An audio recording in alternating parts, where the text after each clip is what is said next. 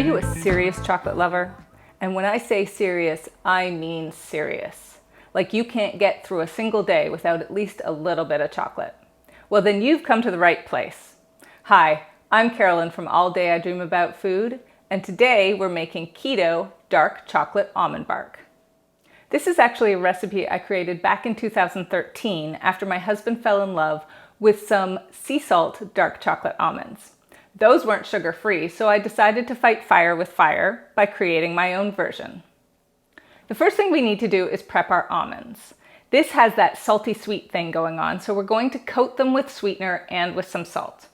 So here I have a 1/4 cup of Swerve Brown. You could use regular Swerve too, but I like the caramelly taste of the Swerve Brown. And I have 1 tablespoon of butter. And once your sweetener and your butter have melted together, you do want to bring it to a boil and cook it for about 1 to 2 minutes. Keep your eye on it because you don't want it to burn. And now we can add our almonds. And here I have 3/4 cup of roasted almonds. If you buy raw almonds, that's fine too. You just need to roast them before you add them to your recipe. So we're gonna add those in. Now we can add our sea salt. I like things a little bit salty, so I am going to add a little over 1/4 teaspoon. But you can add as much or as little as you like. And we're gonna stir those up and make sure they're all coated in the caramel sauce. And now we're going to take a baking sheet and line it with parchment paper, and we're going to spread our almonds out on there. You wanna make sure your almonds don't get too clumped together, so you wanna spread them out in a single layer, breaking up any clumps as you go.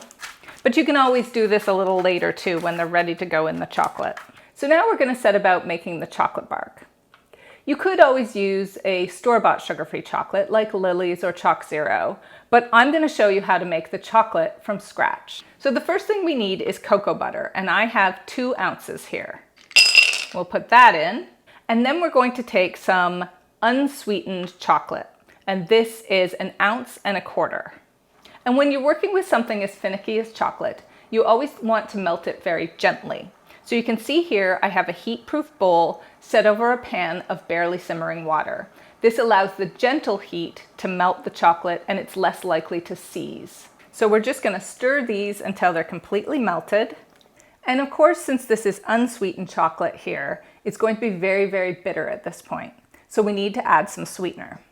The best sweeteners for making your own chocolate are powdered sweeteners like powdered Swerve so that you don't get any grittiness. I'm adding 1/3 cup of powdered Swerve. You just want to whisk it until it's completely smooth, which may take a minute or 2. And if you want yours a little sweeter, you can add another tablespoon or 2 of powdered Swerve. So now it's nice and smooth, and we're going to add some cocoa powder to help firm it up. This is 1/3 cup of cocoa powder. And again, you're gonna whisk until it's completely smooth.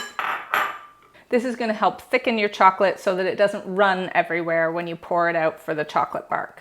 At this point, you could taste it and see if you want it to be a little sweeter. I like really dark chocolate, so I'm sticking with it as is. There we go, it's nice and smooth. And now we're gonna add just a little bit of vanilla extract. I'm doing 1/4 teaspoon here. Now we're ready to add our almonds in, and I always recommend keeping a few to sprinkle the top so that they show through. So we'll just stir those in. Now we can take the same pan we used before for the almonds, and we can use that to spread out our chocolate bark. So we'll just pour it all on, get all the little bits of chocolate, whether it has almonds in it or not, and try to spread it out into a nice even layer, however thin or thick you like to make it. And now you can take those almonds that you reserved from before and just kind of place them on top so they're visible and not entirely covered with chocolate. And try to go for the places where there aren't too many almonds already. And finally, depending on how salty you like things, you can sprinkle another little bit of sea salt all over. Now you need to chill the bark in the freezer until it's set, which can take about 1 hour. Okay friends, we are done. I just took the chocolate bark out of the freezer, and now we have a delicious, chocolatey, salty sweet treat to satisfy that craving. All you need to do now is break it up with your hands, and you can eat it. For this easy keto chocolate recipe and so many more, please check out alldayidreamaboutfood.com.